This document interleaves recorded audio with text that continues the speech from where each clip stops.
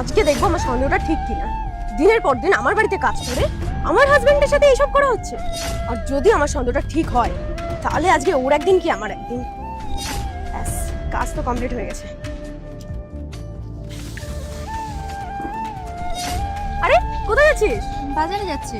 ও বাজারে যাচ্ছিস? শোন না, তোর জুতোটা তো ছিঁড়ে গিয়েছিল বলছিলি, তো আমি তোর জন্য একটা নতুন জুতো নিয়ে এসেছি। এটা পরে যা, আর এটা আমাকে দিয়ে দে, আমি সেলাই করে আনবো।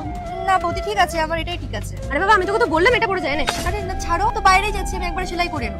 আহা, বড়রা বললে শুনতে হয়, যা এটা পরে যা, আর কথা বাড়াস না। আচ্ছা ঠিক আছে। আচ্ছা বৌদি, তাহলে আসছি। হ্যাঁ আচ্ছা, আজকে আর দেরি করিস না, দেখ আবার 2-3 ঘন্টা কাটিয়ে আসিস না বাজারে। হ্যাঁ হ্যাঁ ঠিক আছে, আমি চলে আসবো তাড়াতাড়ি। যা।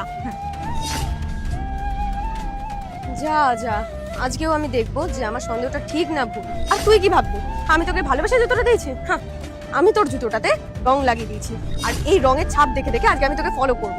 তোর আমার হাজবেন্ডের সাথে কোনো চক্কর চলছে কিনা সেটা আজকে আমি হাতে নাতে ধরবো।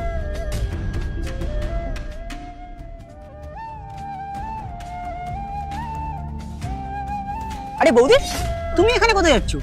ওই আর কি, বাজারে যাচ্ছিলাম। বাজারে যাচ্ছ কিন্তু এই সময়? মানে কিছু কি হয়েছে? তোমাকে দেখে টেনশনে মনে হচ্ছে। হ্যাঁ ভাই, আসলে সত্যি কথাটাই বলি তোমাকে।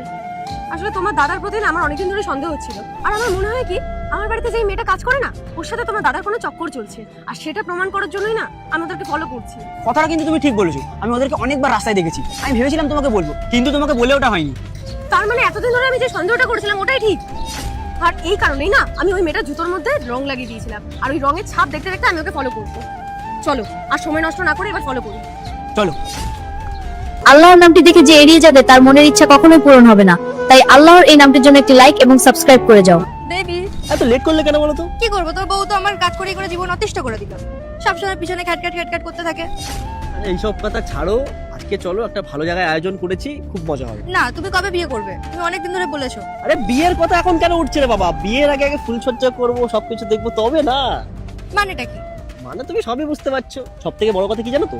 সব থেকে বড় কথা এটাই যে একে অপরকে আমরা ভালোবাসি আর ট্রাস্ট করি। ট্রাস্ট একটু রাখো, দেখো সবকিছু ঠিক হয়ে যাবে। ট্রাস্টের চক্করে দেখবে কোন দিন আমরা ফেসে গেছি। ফেসে গেছি না, এসে গেছো। রিয়া, তুমি এখানে? হ্যাঁ আমি। আর স্বাভাবিক, তোমরা তো অ্যাকসেপ্ট করতে পারো না যে আমি এখানে চলে আসবো। আর আমি এখানে চলে এলে তোমাদের আসল রূপটা প্রকাশ হয়ে যাবে আমার সামনে। কি যাতা কথা বলছো? তুমি ভুল বুঝছো। ও সামান্য একটা কাজের মেয়ে, জিজ্ঞেস করতে এসেছিল যে আজকের জন্য কি নেবে, সেটা বলছিলাম আর কি, আর কিছুই না। ও আচ্ছা, তার মানে আমি এতক্ষণ ধরে যা শুনলাম সবটাই ভুল ছিল।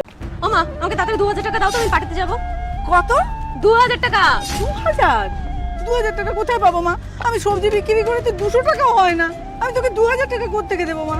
আরে মা প্লিজ, আমার ভাল লাগছে না, প্লিজ তাড়াতাড়ি 2000 টাকা দাও, আমি ক্লাবে যাবো। 2000 টাকা আমি কোথায় পাবো? আমার কাছে তো টাকা নেই। মা প্লিজ মিথ্যে বলো না, আমি সব জানি, তুমি নিশ্চয়ই কোথাও না কোথাও লুকিয়ে রেখেছো। টাকাটা দাও, আমি এখনই ক্লাবে যাবো। লুকিয়ে কেন রাখবো মা? আর তুই যখনই চাস তখনই তো তোকে দিই রে। আমার কাছে এখন নেই, বিশ্বাস কর, একদম বিক্রি হয়নি। আমি কোথা থেকে পাবো 2000 টাকা বল তো? দেখো মা, তোমার এই নাটক আমার আর ভাল লাগছে না। আমি জানি না তুমি কোথা থেকে দেবে, কিন্তু এক্ষুনি আমার টাকাটা চাই। তুমি যেখান থেকে খুশি জোগাড় করে দাও প্লিজ।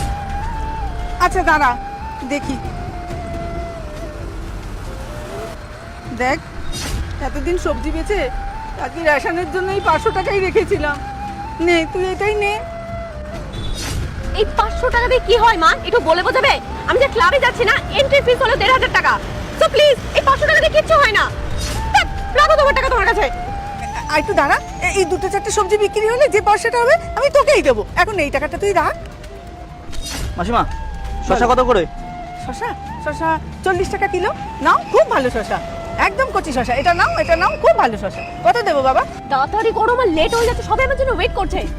বলছি মাসিমা, একটা কথা জিজ্ঞেস করবো? বলো। এটা কি আপনার মেয়ে? হ্যাঁ। বলছি ওনার সাথে একটু কথা বলতে পারি আমি? হ্যাঁ, বলো না। হ্যালো, আমার নাম শুভ, ভালো আছেন? হ্যাঁ ভালো আছে, কি দরকার? বলছি আপনার বোধহয় কিছু টাকার প্রয়োজন মনে হচ্ছে। হ্যাঁ। তাও কত টাকার প্রয়োজন? কি সমস্যা আপনার? আপনাকে কেন বলতে যাবো? আরে বাবা বলুনই না, আমি কিছু হেল্প করতে পারি আপনাকে, বলুন। 2000 টাকা। 2000 টাকা মাত্র? আপনাকে আমি 10,000 টাকা দিতে পারি, কিন্তু একটা শর্ত আছে। 10,000? হ্যাঁ। কিন্তু কি শর্ত? আল্লাহর নামটি দেখে যে এড়িয়ে যাবে তার মনের ইচ্ছা কখনোই পূরণ হবে না। তাই আল্লাহর এই নামটির জন্য একটি লাইক এবং সাবস্ক্রাইব করে যাও। এই সবজিগুলো আপনি দেখতে পাচ্ছেন, এই সবজিগুলোর মধ্যে মাত্র 200 টাকার সবজি আপনাকে বিক্রি করতে হবে, কিন্তু 2 ঘন্টার মধ্যে।